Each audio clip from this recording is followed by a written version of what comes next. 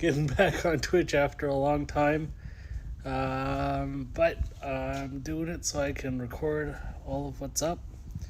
I'm going to turn the camera around here in a second, show you what I'm working with and what I've been up to. The last time I streamed regularly was probably when I was playing Destiny and Tomb Raider, and that was 5-6 years ago at least. I know I didn't do it during COVID. I definitely could have, and I was not in a place where I could do that. At least not in a healthy way. But what I am doing is following my dreams, being an adult, and taking advantage of opportunities as they come here. So I'll show you what's going on, where I started, and where we're at now, okay? This is my year 2000 Subaru Impreza. It is a wagon, as you can see, because I love my wagons. I bought this thing sight unseen up in Washington and did a couple of small mods to it, replaced the suspension, fixed some old and worn out parts like the clutch, and then threw some wheels and tires on it, and replaced its rusty coilovers. There's been a front end accident, so there's a little bit of body work ahead of us here.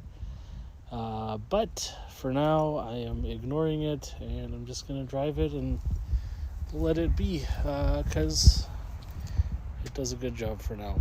Right next to it, I have my other year 2000 Subaru Impreza wagon. This is a automatic 4-speed with a 2.2 non-turbo engine. Both of them are non-turbos. That's the way they came from factory. 5-speed versus 4-speed automatic, 5-speed manual. So the 5-speed's a little nicer to drive, a little easier to live with on the highway and things, but the 4-speed has all the conveniences of being an automatic, while still actually being just as reliable and almost as fuel efficient.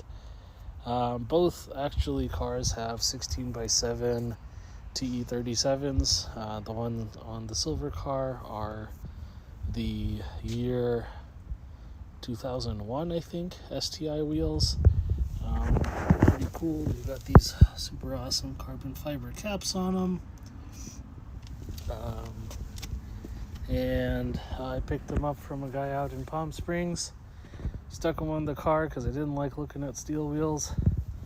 And then these are original 1999 TE37s that I picked up from a guy in San Diego. So obviously I live in Southern California. Both those are drivable distances.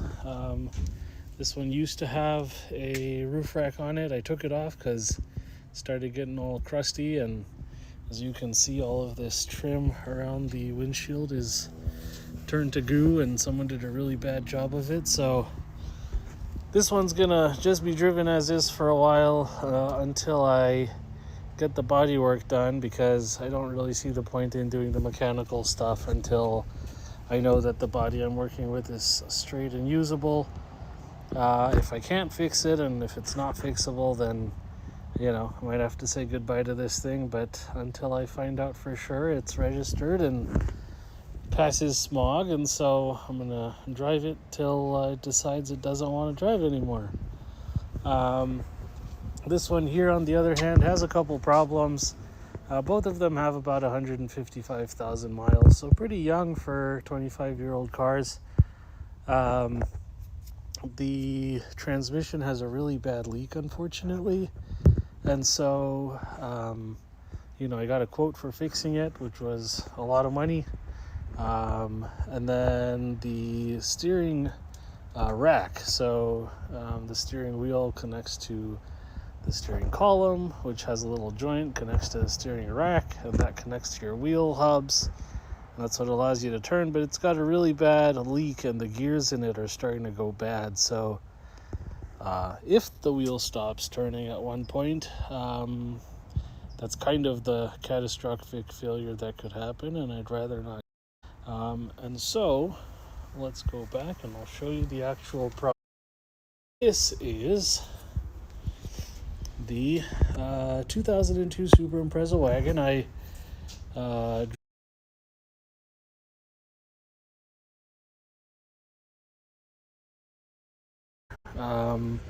without a turbo, unfortunately, and then without an exhaust. And really, I'm going to find out as I do this what else is actually missing. So that's kind of where it's at. I have no idea what I'm doing. I'm going to be completely honest. I love cars. I nerd out about cars. I read about cars. I watch people work on their cars. I've never done it myself. And like, by never done it myself, I mean I've changed my suspension by myself. I've changed my brake pads, rotors, simple things like that, oil changes. But I've never actually gotten in there and taken stuff out and been like, oh yeah, I feel brave enough to like take the engine out and, you know, drain all the fluid out and see what happens. And I dreamed about doing it since I was a kid. And so this is going to be my journey into streaming my hobbies again. And sorry, there's a big dragonfly flying around here. Hi, Mr. Dragonfly, where'd you go? All right, it's gone. What the heck? So this is going to be my adventure of figuring out how to do this, and I think it's a cool thing to be able to share because I don't know what I'm doing. There's a lot of places where I can read and find stuff out, and as I find stuff out, I'm going to approach things and do them. So I'm going to turn the camera around here and kind of show you guys what's happening. There's also my video log so that I can look back and say, hey, I did something that I really wanted to try out and do, which is one, share things that I enjoy. Right now it's the car stuff, hopefully video games at one point, and music as well. I love playing music. I've been playing music for a long time. It's a hobby. It's just something I enjoy in my free time. But I think I really want to be able to share with other people the things that I love, and so that's going to be what we do. But let's turn the camera around and I'll show you a few things as to what's going on, identify some stuff so that I can keep track of what I've done, but also in the future, hopefully I do something cool and somebody gets to learn from it later. If not, this is a fun experiment. So there it is. Eventually I'll have a setup where I can kind of have a camera just going and I can work, but right now for day one I just wanted to get going and say, hey, we're doing it. And once I know my schedule a little better, I'll be able to set up times and do it consistently. But we'll start back here because I think this is kind of fun. So the steering linkage I was talking about, this part right here, it kind of goes up into there and back down. That's actually the part that connects to the steering rack. You can see it right down there. And then the steering column, you can see right up there. And so basically the steering wheel connects to here, and then this linkage connects the two parts together. And that's how, when you turn your steering wheel, the car's wheels turn. Right below it, you see this thing. This is called a rubber boot way back here. I'll show you another angle of it, but that's called your axle. So basically, there it is, different angle. It comes out of the transmission and it spins. You can see the other side of the boot right over here. As you can see, that one's torn, and that connects to your wheel. So when your wheel spins, which this one probably doesn't want anymore, just a little bit I guess, but when the wheel spins, it connects to the axle, and the axle gets power from there, and that's how it spins. The steering rack. So that part that I pointed at earlier connects here to the hub, and so when you turn the wheel that way, it pulls this way and the whole wheel turns inwards, and that's how you turn like that. And so that's why when you turn right, this thing gets pulled in and it turns right. Just below it is what we call the control arm, and it provides a place for the suspension to pivot. If you look up, there's your big suspension connected up here. This is called the pillar, suspension pillar or mounting point, or everybody calls it something different. Serial number, do not look. Somebody had suspension that's nice on here already. It's not going to work for my car, so I'm just not going to use it. And then you've got your transmission. So this is called a dog bone. It's got a little arrow and looks kind of like a dog bone if you look at it funny. But the dog bone connects to the transmission here. The transmission connects to the engine here. And so when the engine spins, there's, in a manual transmission like this car, building up, it causes the whole transmission to spin, which turns that rotational force into kinetic force, and we actually start moving. If you look kind of in a straight line, you have your main crankshaft pulley. So this pulley connects to the heart of the engine in a straight line all the way to the heart of the transmission, all the way back. And so that's how the engine, or at least that's the center of the engine. Being a Subaru, I'll give you kind of this top-down view now. Being a Subaru, you've got a game of left and right. So this is going to be your left side, and that's going to be your right, because we're looking at the car, not from the car. And so there's cylinders both here and here. So unlike other types of engines that are inline, these are flat, and so you have two opposing halves rather than your V shape like a V6 or a V8, or an inline, which is, as the name implies, in a straight line with itself.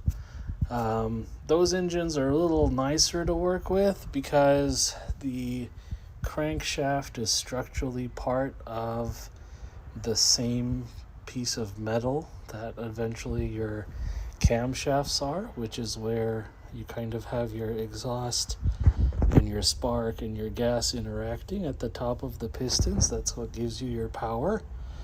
And so basically they're a little bit finicky, and there's a reputation that Subaru engines like to blow up, and the reason why is because this horizontal technology isn't necessarily meant to handle extreme forces.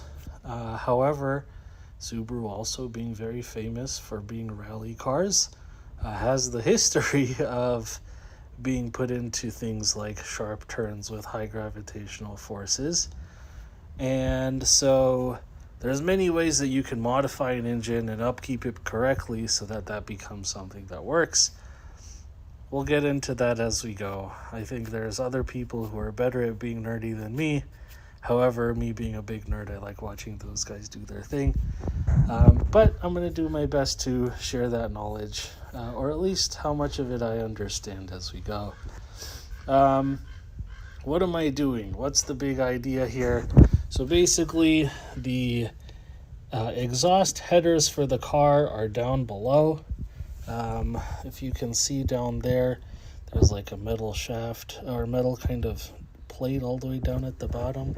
So basically, the intake of air is here at the top of the engine through an intercooler that sits right here. Once the engine's all put together, it sits on top of the intake manifold that we see over there. It pulls clean air into the engine through the turbo. And then the exhaust is really cool. The exhaust basically comes out of the bottom of the engine through this pipe here into the turbo, causing the turbo to spin. And then as the turbo spins, forces air into the turbo for it to spin faster, which then causes it to suck air through the intake side of the turbo faster and put it into the engine, which is how a turbo helps increase the explosive force in a car, which is why until the turbo spins, which people call that turbo lag or spool delay or other things like that, that's why a turbo doesn't generate power until the car is already spinning at 2,000 or 3,000 revolutions per minute or RPM. But basically the two cars that I showed you first don't have turbos. And in modern day driving here in California traffic, you kind of need a little bit more power than these guys came with stock. These guys only came with about 140 horsepower. And in 25 years, they've probably lost a lot of that. And so I'm taking this engine out. I'm going to be doing a lot of cleaning. As you can see, there's grease stains all over the place and dirt and grime and that kind of stuff. And my bet to myself and conditions on doing this whole project is that I'm going to do it for cheaper than basically what the dealership would have charged me to fix this car in its current state. So basically they quoted me about $6,000 steering column. I said, I think I can do this whole engine swap with the wiring, even if I pay somebody else to do it, for less. And so that's my challenge. I'll probably add that to the description, but video number 1 is going to be up there, and people going forward will be able to come back to this one and say, hey, can I do a complete engine swap, including the price of the car, really, for less than what they quoted me to fix it. And I'll say so far my budget, if it's $6,000 or $7,000, this whole car cost me $1,000, and this whole car, even though it's not all the way complete, only cost me $500. So $1,500 in, I can say I'm pretty lucky to be well under budget and have probably 80 or 90% of the parts that I need.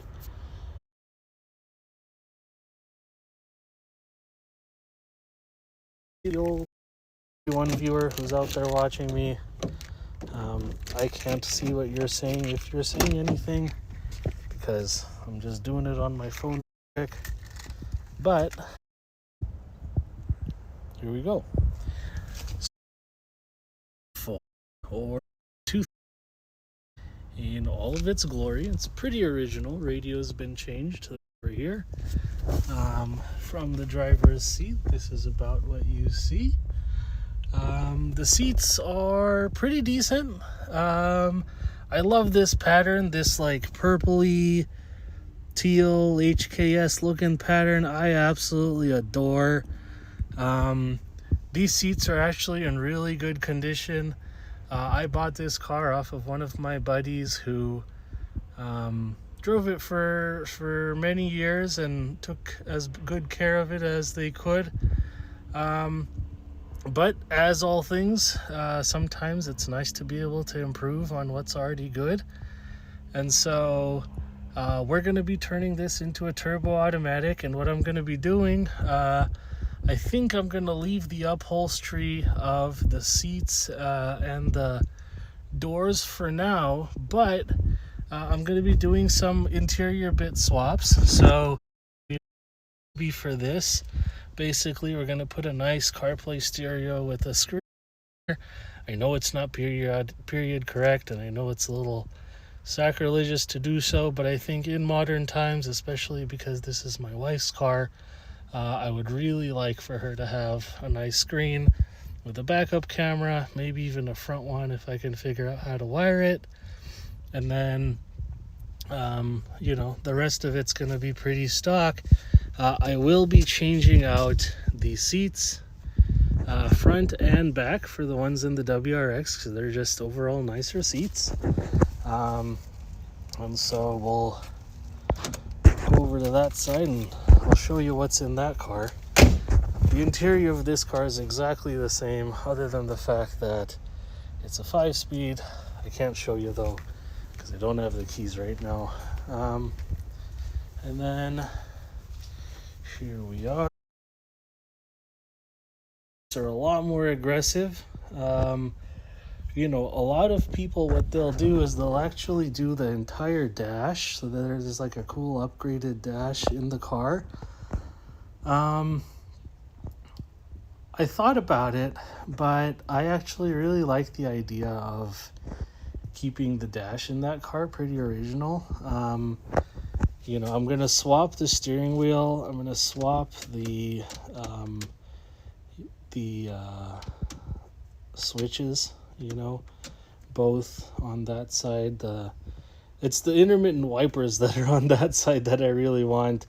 The lights and the dimmer of the car actually haven't changed too much. These seats are really, really nice. There's a lot of cushion and bolster, and they're height adjusting. And so I really like the idea of, my wife being able, she's a little shorter. I like the idea of her being able to get a seat that will allow her to sit in a position that feels good while she's driving down the road. And then there's some nice snowboard covers actually, or snowboard holders from Yakima that came with the car. So if I keep them, I keep them. If I don't, I don't. My brother painted that a long time ago. My dad actually he owns a nice BMW, an M car. But and this is the back seats, so a little dirty, needs some cleaning up. Fortunately, it came with the downpipe, so I should be able to smog the car once everything's hooked up and whatnot. But really, the involved part of this, and really why people don't do this, or at least shy away from it, is the wiring. So, this is the engine harness. It connects to the turbo. Obviously, that car doesn't have a turbo. And then the engine control, the ECU, into the fuse box is all different stuff. So, what we're going to have to do, whether I do it myself or whether I send it off to somebody who's more experienced than me and has the ability to do so, I may end up stripping this car of its engine harness and then sending it off. There's a guy in New Jersey named Cypher. There's Renner Motorsport in LA, Antspec, Yimi Sport. They're all out there. They all kind of offer wiring services. The main guys who used to do it was a company called iWire. IWIRE, still exists, but they no longer do wiring merge services. Because of that, they had a full package where you just send in your harness, they get it all done, and then they send it back. They no longer do that as of December of last year, and I got the car and decided to do everything like in February. And so when I looked it up, it was like, oh, you can't do this anymore, too bad. So that's basically where we're at as of now. in the next couple videos, we'll get into what else I have to do. In order to get this engine out, I'm actually like 75% of the way there. But as you can see by that tube that kind of goes boop like that, that is the radiator hose. So basically this here radiator has to come out. It's in the way. It's cramping both my space and my style. God, I'm such a nerd. And basically I'm going to be working on getting this radiator out over the next couple of videos. Again, I don't know what I'm doing, and I'm trying to take it one thing at a time so that I can keep track of what I'm doing and keep all my bolts together. So it's going to take me extra time, and I'm really just squeezing time in as I can. But hopefully this turns into a video series, and what I really want is to encourage other people who have the same aspirations to just go for it. It is hard, it is daunting. The internet can only help you so much, but at the end of the day, like many things in life, you got to get your hands dirty and do your best. And that's really what I want to do, and show that, one, it's something that we can do, and two, that you can do so much reading, but after a certain point you got to get your hands dirty, and I want to encourage other people to do the same thing. But I'll show you, there's definitely parts waiting. That's some parts there. This bin and box, both parts. This entire rack is a bunch of goodies. I've got a brand new hood. Well, not brand new, but less dented than the one I own. And then I've got a teardown table here. So depending on how crazy we get with the engine and the transmission, and whether or not I have to do things myself, I'll be building that table to do that work. And then down here below the table, let's see, let me, right there, that is just a piece of the transmission, which is the automatic transmission that I'm going to be pairing with the turbo engine to go in this car. The biggest thing I found out is that the transmission, while from 1987 all the way to like 2012, the 4-speed that Subaru was making didn't really change. They made the same 4-speed transmission, automatic. They actually decided that the transmission for the WRX, the turbo car, is going to be different than the non-turbo car, which naturally makes sense. They'll bolt up to each other because the EJ, which is the designation for Subaru's boxer engine, was actually the same platform and the same bolting for manual and automatic transmissions, pretty much from 87 all the way to like 2012 and beyond. Of course, they've changed to what's called the FA engine now. However, that's a whole can of worms that I don't have to deal with. And we'll get into the technicalities of what I'm doing, how I'm doing it, and why I'm doing it. That way, one, if I'm wrong, somebody can tell me. And two, if I'm not wrong and things work, hopefully I'll be able to encourage somebody else to do the same thing. The coolest part for me is when I was playing Gran Turismo 2 as a little kid, back in like 1999 or 2000, when we first got our PlayStation 1, this was one of the cars that you could win in the game, and I thought it was the coolest thing ever. The wheels were different, and it was actually an STI, so it was slightly different. But the whole reason I wanted one of these, just like I want a classic Mini Cooper, was so that I could have the experience of driving one of my heroes. And driving an old car after driving a modern one, which I've done a lot of, is kind of a very different and sometimes jarring experience. But it's actually one of those things where I don't think the phrase "don't meet your heroes" is true. I think you should meet them, accept them for who they are, enjoy the time you get with them, and then say, I'm glad I had that experience, but I got to go back to my own life now.